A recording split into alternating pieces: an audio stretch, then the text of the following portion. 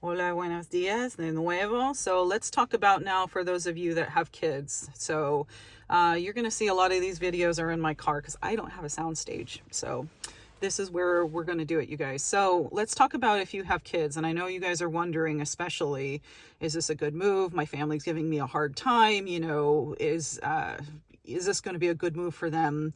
What do you think? And I think that, every family's different, but I think that you have to think about the mindset that your kids are growing up with. And I know for us, you know, we had lived in Florida, and I just remember not being particularly happy with the academics of our school, but then also just kind of like the idea of what they were growing up with. And one of those things was, just a feeling of, do they feel safe in their schools? Do they feel comfortable in their schools? And no, the answer was no. And so I think that when we thought about our kids, we thought that it was probably a healthier situation in Spain because they're not constantly dealing with active shooter drills. And honestly, it's not even the thought about, because I know that it's incredibly unlikely that kids are going to be involved in an actual active shooter situation in a school, but it's a 100% guarantee that they'll be involved in active shooter drills, which I know for my kids was terrifying. And I actually volunteered at the school, and I was one of those people that had to go around and bang on windows, shake doors, and it just broke my heart to hear those kids, suffering inside and being afraid. So that was one thing. But then also, I wanted our kids to grow up bilingual. And I think that you only really truly accomplish that by living in a household that is bilingual, and I mean that from the perspective that one language is spoken in the home, one is spoken, in some other context on a frequent and,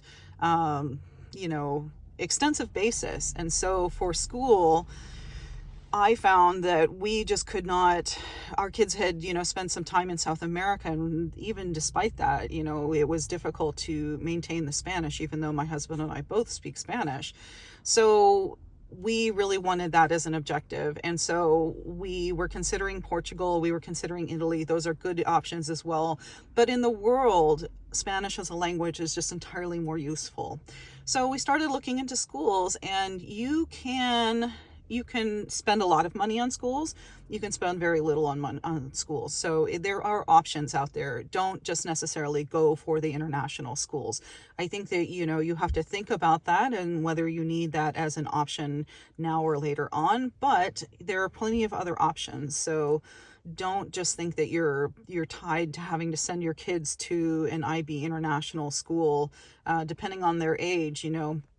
I think as my kids got older, though, I found that their English was actually going downhill and that we needed to up their English level. But, that came at a much later point. So, but in terms of whether you can do it for kids, yeah, I think that there are trade-offs. Your kids will grow up being bilingual, speaking another language, and they'll be a lot more adaptive, I think. I mean, as military kids, I think that they are probably already pretty resilient, but, having this kind of broad international experience, I think is only going to benefit them, because when they start looking at universities too, they'll probably look at universities in the United States, they'll look at universities outside the United States, they'll realize how many more options are open to them, and language will bring them more options as well. So I do think it's possible with kids, and for healthcare, again, my kids are well taken care of in the healthcare system over here in Spain.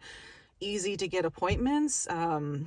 It's for them, I think it's a lot more holistic. So the food that they're eating also, I see it as, getting away from the junk food drive.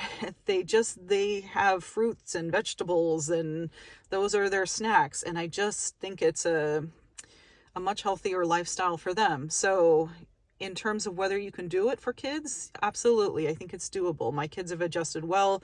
They speak Spanish, they speak German, and they speak English. And this is exactly what I wanted for them. In terms of university, my kids are now 14 and 16. So they will be looking at universities throughout Europe. They'll be looking back in the United States, but I think brings up another topic. It's just the cost of education in the United States anymore. it's inaccessible to most people, and it's even inaccessible for my kids. Even though they will have chapter 35, I don't want them to blow their chapter 35 on an undergrad, because I know that if they then want to go on to grad school, that's going to be expensive as well. So I'm encouraging them to look at, for their undergrad, going in somewhere in Europe. And I think that it's a better perspective for kids to grow up with, financially, holistically, health-wise, and I think it's a great choice. I know you're kind of have to talk to your families, and for some of you that's difficult. My parents were actually very welcoming of the idea, I guess because we had been a military family all this time. It really wasn't going to be much different. But yeah, kids can do well in Spain, absolutely. So do it.